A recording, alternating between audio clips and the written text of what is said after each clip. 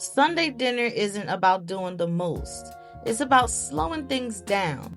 This smothered steak dinner is rich, comforting, and the kind of meal that makes everybody just sit back after the first bite. No rush, no noise, just a real Sunday dinner.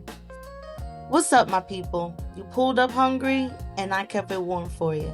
I hope you wore something stretchy. And you're here now, so don't just peek in the kitchen. Pull up a chair. Okay, so let's get into this Sunday plate. First things first, you're going to start filling up your roaster pan with hot water.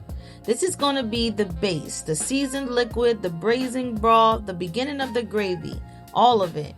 Whatever you want to call it, this is where the flavor starts. Add your seasonings straight into the water, and then you're going to give it a good stir. And this part matters more than people think.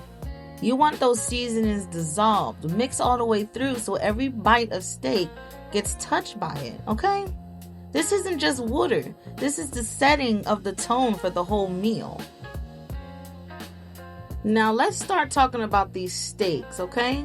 Season them up and really take your time here, all right? When you season meat that's going into liquid, you can't just sprinkle and walk away. You've got to pat that seasoning in. And if you don't, the moment the steak hits that broth, everything you just put on there slides right off like it never happened. So press it in, flip it, do the same one to the other side. This is what those steaks are supposed to look like. This is one of those quiet steps that separates "it's okay" from "why is this so good?" Now go back and grab your roaster pan and give that liquid another stir, because once it sits, everything settles to the bottom. All right? Then you start laying your steaks in, side by side if you can. Please do not stack them or crowd them. Everybody needs space so the flavor can do what it's supposed to do. And then into the oven they go for about an hour. Also, I added the onions and peppers in off camera because I forgot to do it, and I needed to hurry up and do it because they were already in the oven, okay? And then you pull your pan out and then just look at this.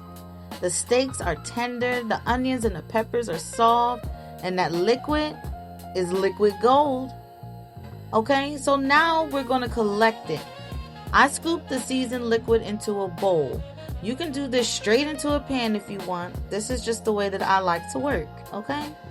There's still some liquid left on the steaks when you're done, so turn down your oven to 350 degrees and slide them back in while we handle that gravy, all right?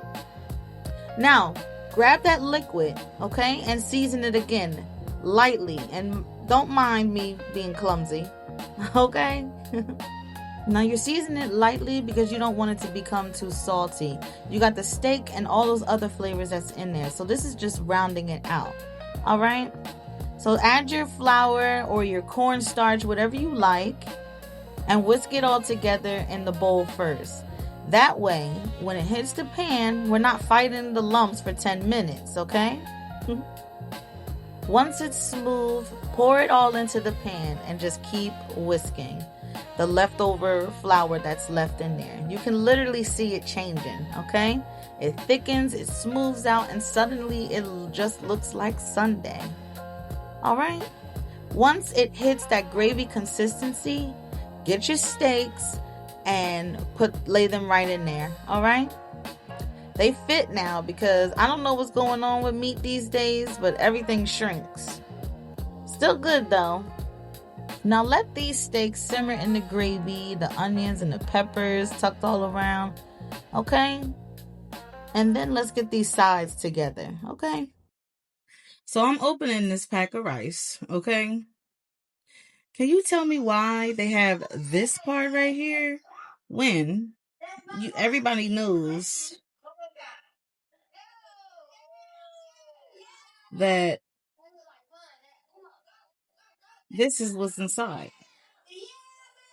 Can anyone answer that for me? Okay, so now this rice is done, warm, fluffy, comforting. The broccoli is cooked, it's buttery and simple. Now it's time to plate everything up. Okay, steak goes on first, of course. Gravy goes right on top, and don't be shy with it. Rice on the side, and yes, a little gravy over that too. Just enjoy this for a second, okay?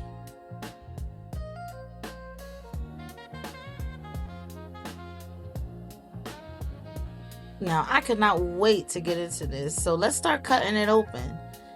Okay, and yes, it's well done. That's how we like it over here. If you're not a well done steak person, this just might change your mind.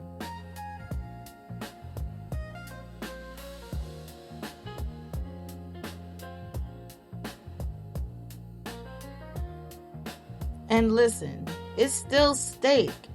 So yes, I add my steak sauce. I'm a steak sauce girl, and I'm not changing it. And if you're wondering what I cook with, I drop my favorite tools in the description. The same ones I use right here in my kitchen, so you can vibe with me at home. Thank you for being a part of this. Next time, bring somebody with you. Still feeling that flavor? Keep watching. I keep the soul in every bite.